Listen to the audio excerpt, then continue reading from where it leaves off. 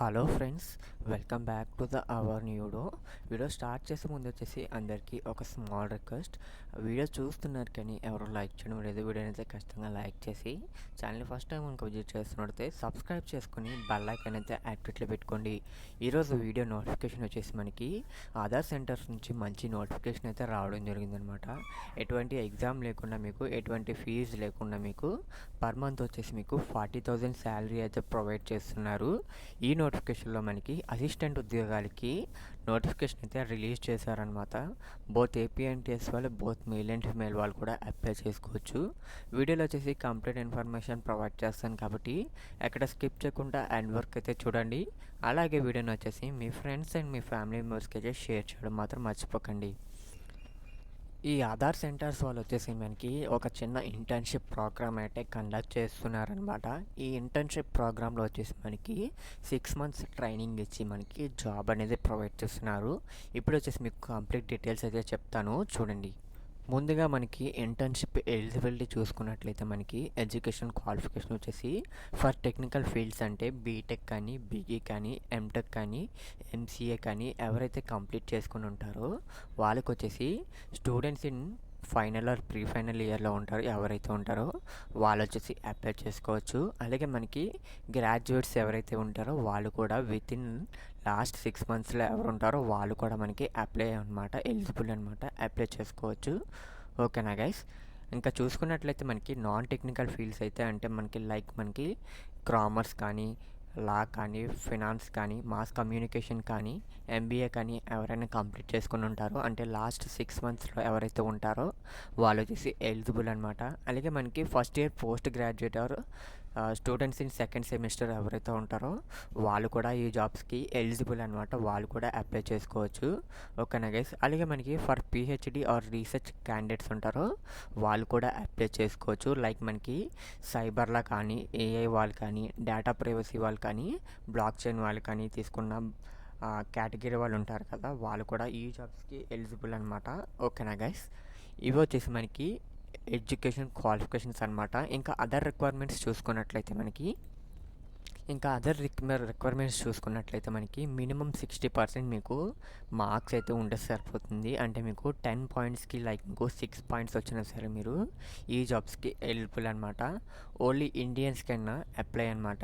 ఎవరైతే Indian candidates ఉంటారో వాళ్ళు వచ్చేసి వాళ్ళే అప్లై చేసుకోగలరు. ఓకేనా గైస్? అలాగే మీకు చెప్పాను కదా, ఇంటర్న్షిప్ కండక్ట్ చేసి మీకు జాబ్ అనేది ఇవ్వడం జరుగుతుంది. ఇంటర్న్షిప్ పీరియడ్ వచ్చేసి మనకి 6 weeks నుంచి మనకి 12 months వరకు అయితే ఉండొచ్చు. ఓకేనా గైస్?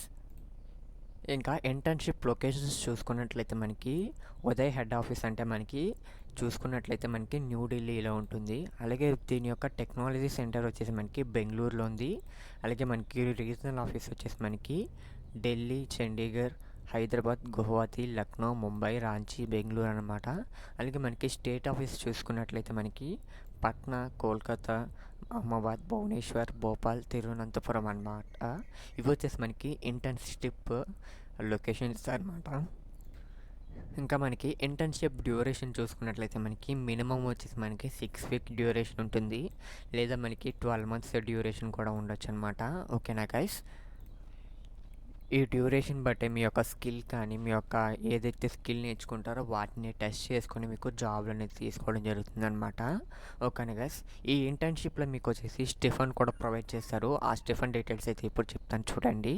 ఇప్పుడు వరకు వీడియో చూస్తూ ఎవరైనా లైక్ చెప్పితే వీడియోని ఖచ్చితంగా లైక్ చేసి ఛానల్ ఫస్ట్ టైం ఇంకా విజిట్ చేస్తున్నట్లయితే సబ్స్క్రైబ్ చేసుకొని బెల్ ఐకాన్ యాక్టివేట్లో పెట్టుకోండి. ఇంకా స్టిఫన్ డీటెయిల్స్ చూసుకున్నట్లయితే మనకి గ్రాడ్యుయేట్కి అయితే టెక్నికల్ ఫీల్డ్లో మనకి 30,000 ఇస్తున్నారు. ఇంకా అదర్ ఫీల్డ్ వాళ్ళైతే వచ్చేసి మనకి నాన్ టెక్నికల్ ఫీల్డ్స్ ఇంకా అదర్ ఫీల్డ్స్ ఉంటాయి కదా, వాళ్ళకి వచ్చేసి 20,000 ప్రొవైడ్ చేస్తున్నారు. ఇంకా పోస్ట్ గ్రాడ్యుయేట్ వాళ్ళు చూసుకున్నట్లయితే మనకి 40,000 ప్రొవైడ్ చేస్తున్నారు టెక్నికల్ ఫీల్డ్లో వచ్చేసి. అదర్ ఫీల్డ్లో చూసుకున్నట్లయితే మనకి 30,000 ప్రొవైడ్ చేస్తున్నారనమాట. అలాగే మనకి ఎంబీఏ, పీజీడీ వాళ్ళకి వచ్చేసి మనకి టెక్నికల్ ఫీల్డ్లో మనకి ఎంత ప్రొవైడ్ చేస్తున్నారు అనేది మనకి డీటెయిల్స్ అయితే ప్రొవైడ్ చేయలేదు. అదర్ ఫీల్డ్లో ఉన్న వాళ్ళకైతే మనకి 40,000 అయితే ప్రొవైడ్ చేస్తున్నారనమాట. ఇంకా పిహెచ్డి లేదా రీసెర్చ్ చేస్తున్న వాళ్ళకైతే పర్ మంత్ వచ్చేసి 50,000 ప్రొవైడ్ చేస్తున్నారు. అదర్ ఫీల్డ్లో ఉన్న వాళ్ళు కూడా మనకి 40,000 వరకు అయితే ప్రొవైడ్ చేస్తున్నారనమాట. ఇవి వచ్చేసి మనకి జస్ట్ స్టిఫన్స్ అనమాట. వన్స్ మీరు జాబ్లో జాయిన్ అయిన తర్వాత మీకు పర్ మంత్ వచ్చేసి మీకు 40,000 శాలరీ అయితే ఇస్తున్నారనమాట. ఓకేనా గైస్?